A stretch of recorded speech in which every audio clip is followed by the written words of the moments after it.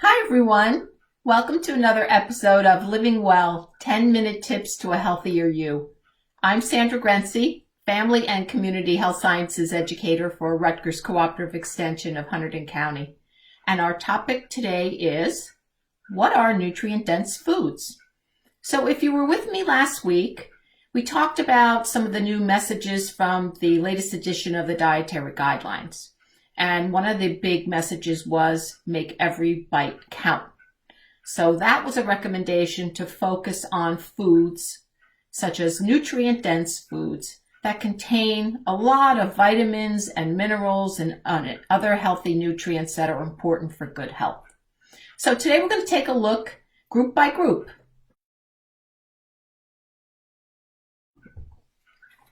Let's start with the vegetables. So vegetables are real powerhouses when it comes to nutrition.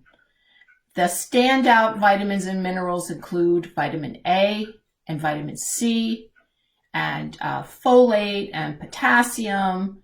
They're loaded with fiber.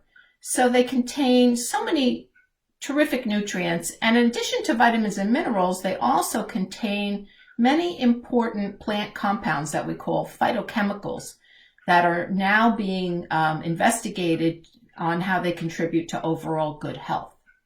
So how many vegetables should we eat a day? Well, we want to try to get about 2.5 cups of vegetables each day. But that means that they can be in many different forms. They can be fresh, they can be frozen, they can be canned.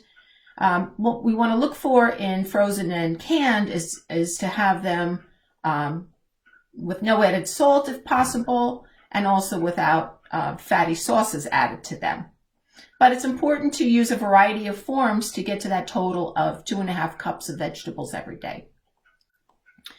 And a group that's very similar in nutrition are the fruits. We need about 2 cups of fruit every day.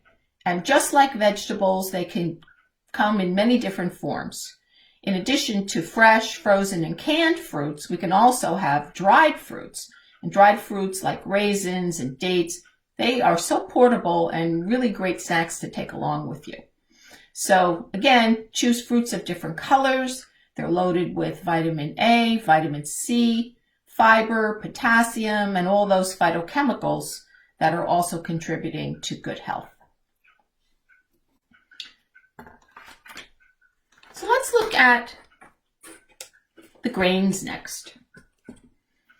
So grains are an important source of complex carbohydrates in our diets. And grains can be refined or they can be whole grains. Whole grains contain most of all of the very valuable vitamins and minerals and fiber that is on the outside of the actual grain. When we refine grains, we tend to remove many of those substances. So look for whole grains whenever possible. And some examples of those would be brown rice or whole wheat breads, popcorn, and other whole grains. And you can always tell by looking at the food label.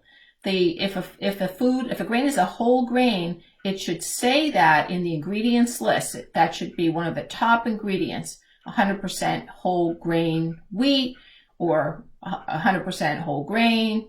So make sure you check out the label to make sure you're eating whole grains. Now, the dietary guidelines recommend about 6 ounces of total grains every day, and at least half of those should be whole grains. Moving right along to another very nutrient-dense food group, it's the dairy family.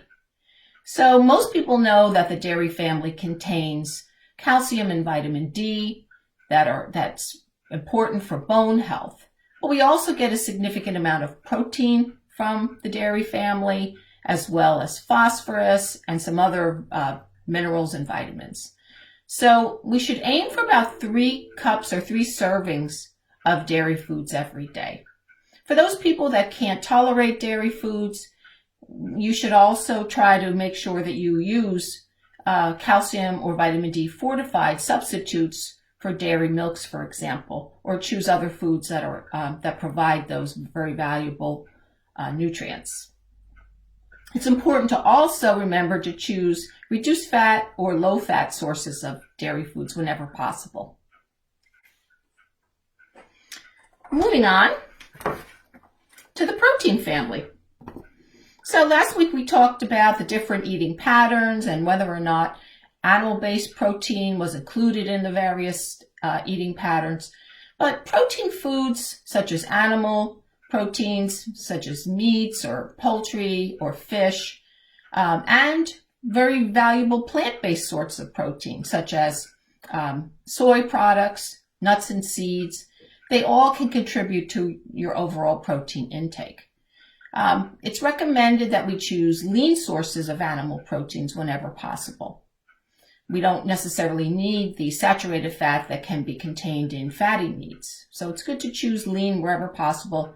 And the dietary guidelines suggest about 5 or 6 ounces of protein foods per day. Finally, fats and oils.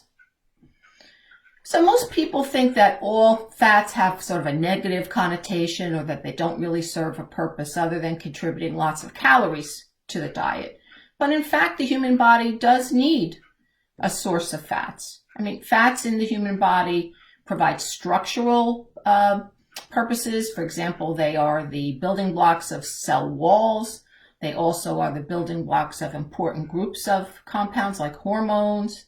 They are a very efficient energy storage system for us, energy storage compounds.